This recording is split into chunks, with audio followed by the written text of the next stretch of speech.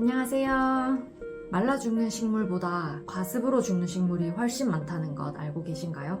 식물을 키워본 분들이라면 누구나 한 번쯤은 과습을 겪어보셨을 거예요. 식물을 데려와 애지중지 물도 주고 키웠는데도 점점 시들다 떠나보낸 경험 누구나 있잖아요.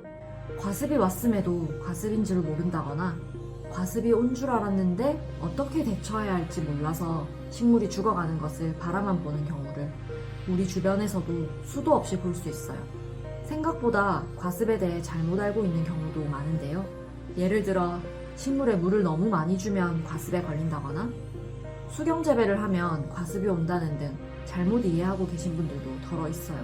사실 거꾸로 생각해보면 식물을 키우는 데 있어서 과습이 뭔지 제대로 알고 과습을 예방하기 위해 약간의 조치만 취해놔도 식물 키우기가 엄청 쉬워진다는 의미가 될 수 있거든요.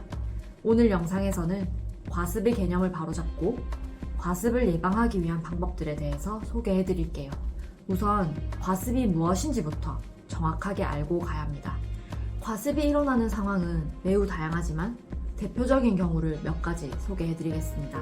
식물은 흙 속의 뿌리를 통해 물을 흡수하죠. 흡수된 물은 크게 두 가지 방법으로 사용됩니다.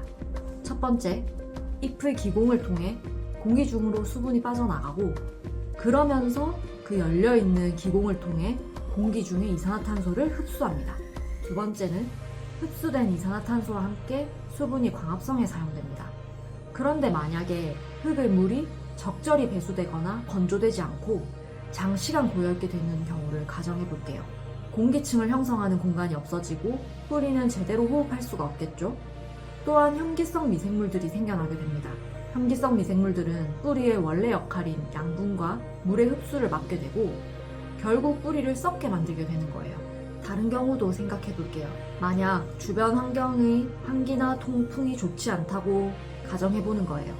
잎은 뿌리로 흡수한 수분을 증발시키고 기공을 통해 이산화탄소를 흡수해야 하는데 공기순환이 적절하게 되지 않았기 때문에 잎 주변이 과습한 상태로 유지가 되고 이산화탄소를 흡수하지 못하게 되겠죠? 이러한 경우에도 물의 순환이 제대로 이루어지지 않으면서 과습한 환경이 조성될 수 있습니다.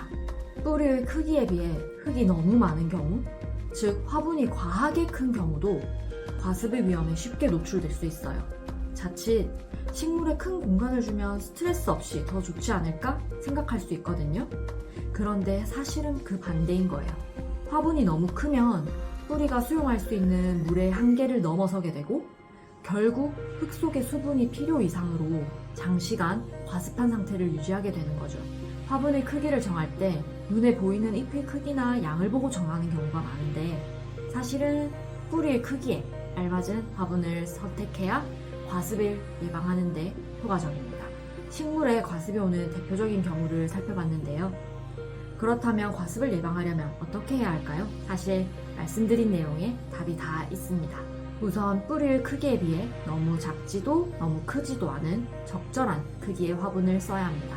그리고 사용되는 흙은 영양분을 적절히 공급해주면서 배수성, 통기성이 좋은 흙을 섞어 주어야겠습니다. 그리고 마지막으로 식물 주변의 공기가 적절히 순환될 수 있도록 통풍에 신경을 써서 관리해 주시면 되겠습니다. 어떠세요? 식물에 과습이 오는 메커니즘과 과습을 예방하는 방법을 소개해 드렸는데요. 이러한 것들만 제대로 알고 신경 써줘도 우리 집 식물들을 더욱 건강하고 오래오래 키우실 수 있습니다. 오늘 영상에서는 이미 과습이 온 식물에 대한 내용은 언급드리지 않았는데요. 과습이 온 식물들도 대부분 구출이 가능하거든요. 다음번에는 과습이 이미 온 식물들을 구출하는 영상을 준비해서 찾아뵙겠습니다. 감사합니다.